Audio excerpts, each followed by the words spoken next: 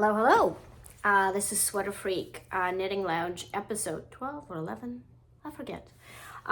This is my second attempt at recording because the first one somehow switched to slow-mo and I don't know what happened. Now I'm a little bit paranoid to think that maybe this one will switch too. Anyway, I hope it doesn't. This is holiday time. I wanted to do a episode in a different setting. I've got my tree up with some of the vintage toys, and my cat has toppled the tree last year. So now I'm just using plastic decorations this year because I don't want to topple and break everything. Let me know, guys, what do you do for cats too? What are your tactics for the cats not to topple the tree? This year I put essential oil diffuser with citrus oil in it. So far so good. Hopefully I didn't just jinx it. Anyway, because I'm recording this again, it's going to be a little bit shorter.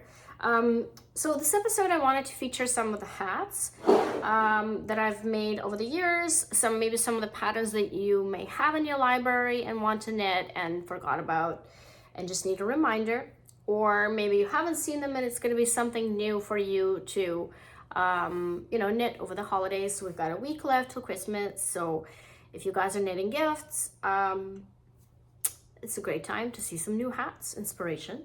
And also I have one question about a new designer who wants to get some advice, which I'm very flattered about because I'm not by any means a big designer. Anyway, it's a bit of a frank discussion. So let's start with hats and watch it till the end to get to the actual question. So I'm wearing my DK Weight Clinton Hill Bespoke DK Cashmere Modern Argyle hat, and what I've done with this is a ferrule hat with a little bit. What I did is a little bit of pearl, and pearl in color work gives it just a slightly different look. Some people really like it, some people really hate it. I tend to like it because it's got a bit of a 70s kind of a vibe that I really like, and it looks store-bought, or at least I think so. So DK Weight, you can sub any merino, anything. Of course, this is cashmere, so this is super luxurious, but do substitute, nothing should prevent you from knitting.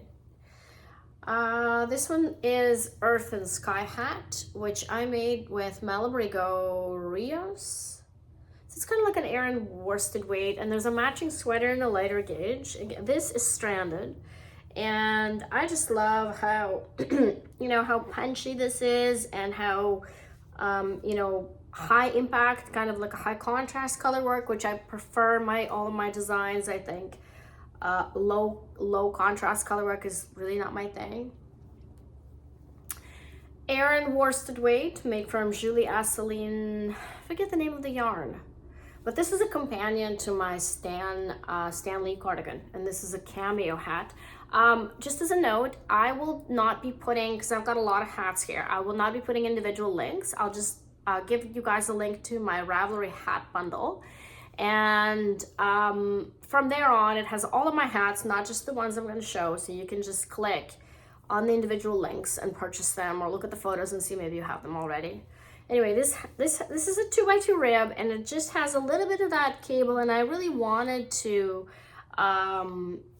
use this cable in more than just a cardigan.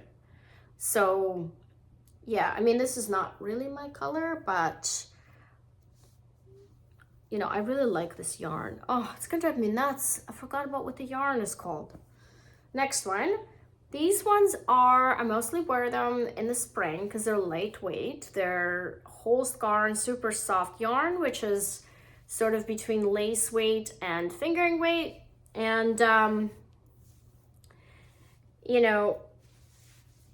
maybe not so good for now because it's winter. Well, it depends where you live. But for me in the springtime, I really like these. They're super warm and light, and I used my favorite Dundaga color changing yarn here, actually in both of these. I just love them. I mean, I really like classic color work, but I'm terrible with color combos, so I just like to use color shifting yarn, color repeating yarn. Another underrated pattern of mine that I don't really see a lot of people purchasing or knitting is Wisdom Cube hat. I made 2 of them, and I think the darker one is much nicer than the lighter one. In this case, this is a lower impact, so I guess I broke my own rules. Anyway, this is a mosaic knit. So this is just 1 color per round. You're not carrying 2 colors. And easy peasy, a great intro to colorwork knitting. You know, if you don't want to do stranded, but you want something fun, you know, mosaic, look into mosaic. I'm a huge fan of mosaic. Something in my eye. So yeah. This one is the bulky weight made from Miss Babs K2. And Miss Babs has an annual sale at the end of the year. So if you wanted to make something quick at the end of the year, obviously after Christmas, this would be great. I forget the name of this. It's something Flower Street, Flower Orchard. I forget, you guys, I'm terrible with remembering my names of my patterns. Anyway, it's that stitch that's like super popular, and I just love how this elevates it. It's so, you know, it's just so nice. I love this pattern. And this yarn is kind of like a marshmallow. It's the first time, you know, for my first impression when I started knitting with it, I was like, oh, this is like marshmallow. This is merino, but it's got a bit of heft because it's bulky. So yeah. Simple beanie number 1, pattern for all times and all colors. And I wanted a pink hat because when I walk down the street in the evening, I go for a walk. Sometimes drivers don't see me. This is a great way to have something simple, but in a punchy, bright color.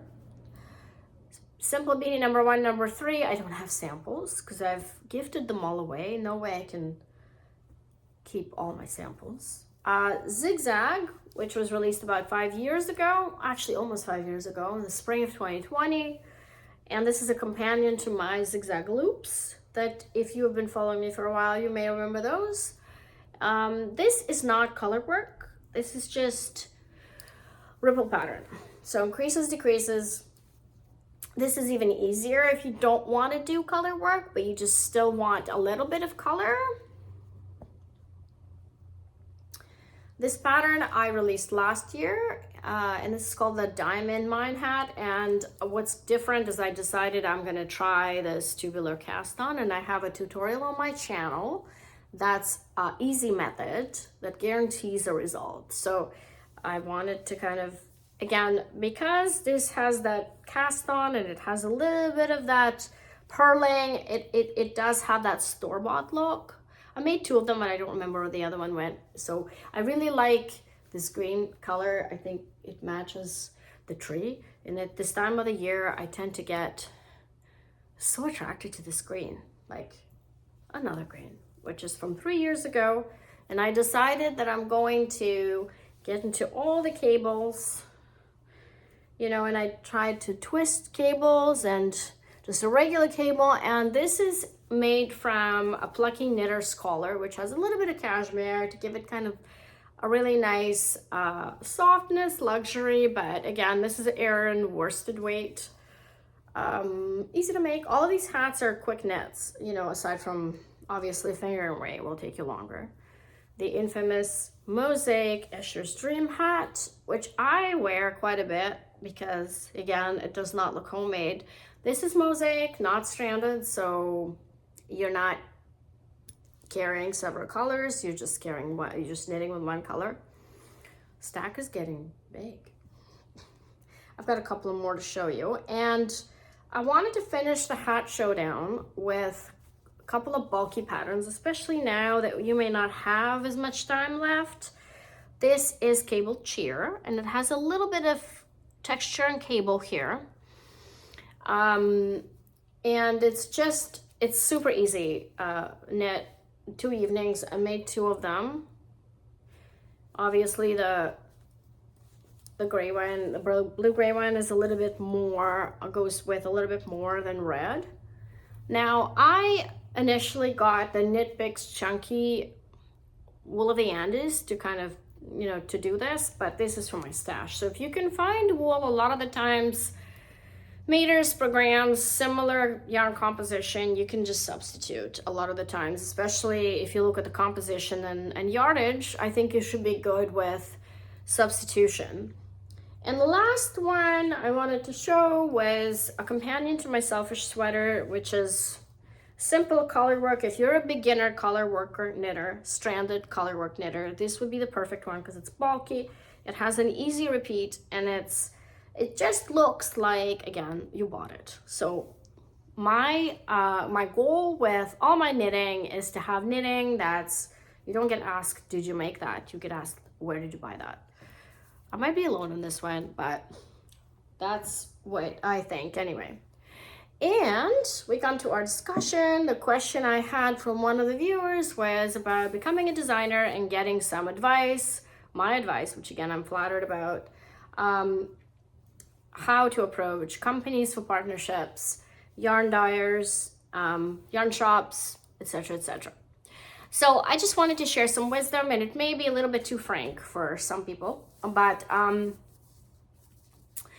when you start out, I'm assuming you don't have a lot of audience and you don't have a lot to bring to the table to these companies. And you have to remember that every yarn dyer and yarn store are first and foremost a business, and they want to have a successful partnership with someone, and you have to bring something to the table. So for example, if you have a following already that kind of meshes with their clients, then maybe, you know, it can help them market the pattern, and they'll give you yarn, or they'll promote you, or, you know, especially dyers, it's a lot of work dyeing yarn. For them to give you yarn, you really have to have your own following. So what I'm getting at is, first of all, knitting industry and knitting businesses are not any different than any other industry.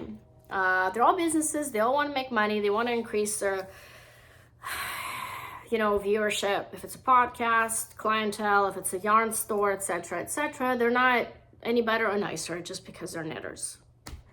As much as I'd like to think that, from my experience, people are kind of the same in all industries across, you know, more or less. Like, we're all human and we all have the same, you know, kind of desires and etc., etc. So what I would suggest in the beginning is not to approach anyone for any collaboration, but to develop your following, develop your Instagram, develop your newsletter, maybe a YouTube channel. I'll see how I've been designing for a long time, a decade at least, and my YouTube channel is like very low because I just started. Nobody knows me here, and I don't get a lot of, you know, clicks or whatever. So everything takes time, just realize that. And once you develop it and get to a certain level, then you can go to a yarn, you know, dyer and say, look, this is what I do and this is my idea. Can I get some yarn, or can I get a discount on yarn, or can I get, you know, and be frank about your time, you know, your time expectations, so that you don't take yarn and disappear into the abyss, because that doesn't send a very serious message. So you want to cultivate these relationships, and, you know, and make sure you keep your end of the bargain. Now,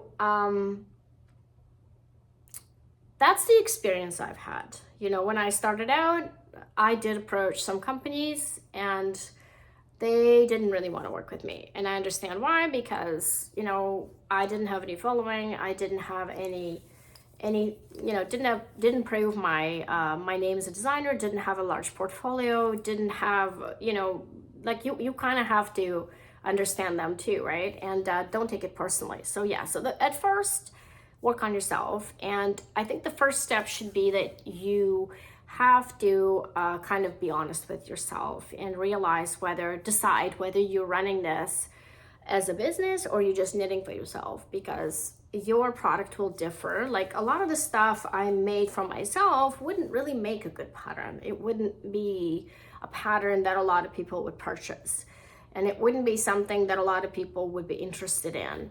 On the other hand, you don't really want to make things that are too common stream kind of thing. You still have to make something of your own, to kind of give you get you a little bit of difference from, you know, other designers. Because one thing I was going to say is that there's not a lot of originality left. And For a pattern to be successful, it doesn't need to be original. It just, it needs to be, you know, it needs to come from a person who has cultivated a good presence. So two patterns that are similar from two different designers. One is a big name, one is somebody that nobody knows about. Obviously, the big name will do much better with the same pattern. That's been proven again and again and again. So don't feel like you have to be original.